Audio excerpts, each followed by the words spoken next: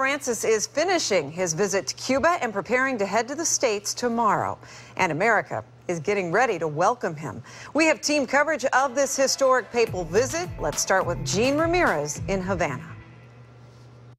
Stacy, good evening to you from Havana, Cuba. I can tell you that the streets of old Havana behind me are now back open, back to normal after the Pope's visit here to the Cuban capital. Some nightclubs had closed, some stores had closed also. Everything now back open. But that doesn't mean that the Cuban people have moved on or forgotten about this historic visit. In fact, many of them are still living the moment as the Pope makes his way through eastern parts of Cuba.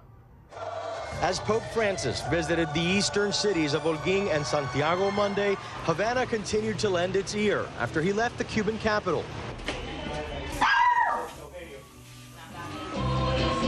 We joined these neighbors who watched on pirated satellite TV while our host practices Afro-Cuban Santeria.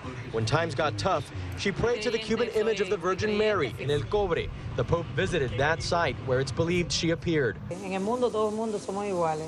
In the world, we're all the same, she tells me, as her grandson lays nearby.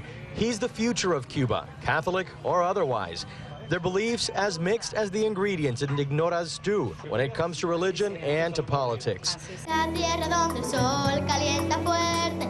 his historic visit, the Pope told young people to not fear dreaming after some told him they want change in Cuba. It doesn't matter, if you're communist or socialist or, if you come from democracy. It's just a message of love that everyone, throughout humanity can embrace. In a country where even the offerings of street vendors are controlled by the government, no papal merchandise here, the Pope's visit leaves inspiration for freedom of thought, though expression may be restrained.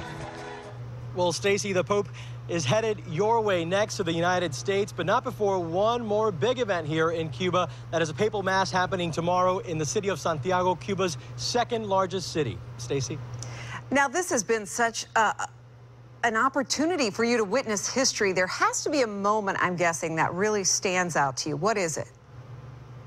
Oh, without a doubt, Stacy, it is the moment that the Pope, while celebrating Mass here in the Cuban capital of Havana, said that the Cuban people need to serve each other, their brethren, not ideas or ideals. And he said this just feet away from the leader of the Communist Party, from the president of Cuba, Raul Castro. The big question is, do the Cuban people take that the way that perhaps some foreigners have taken it, and will that cause some sort of evolution of thought in these people? Definitely an interesting moment, and that really sticks out during this historic event. Stacey, back to you. All right, thank you for your historic coverage and your extensive coverage. Jean Ramirez live in Havana.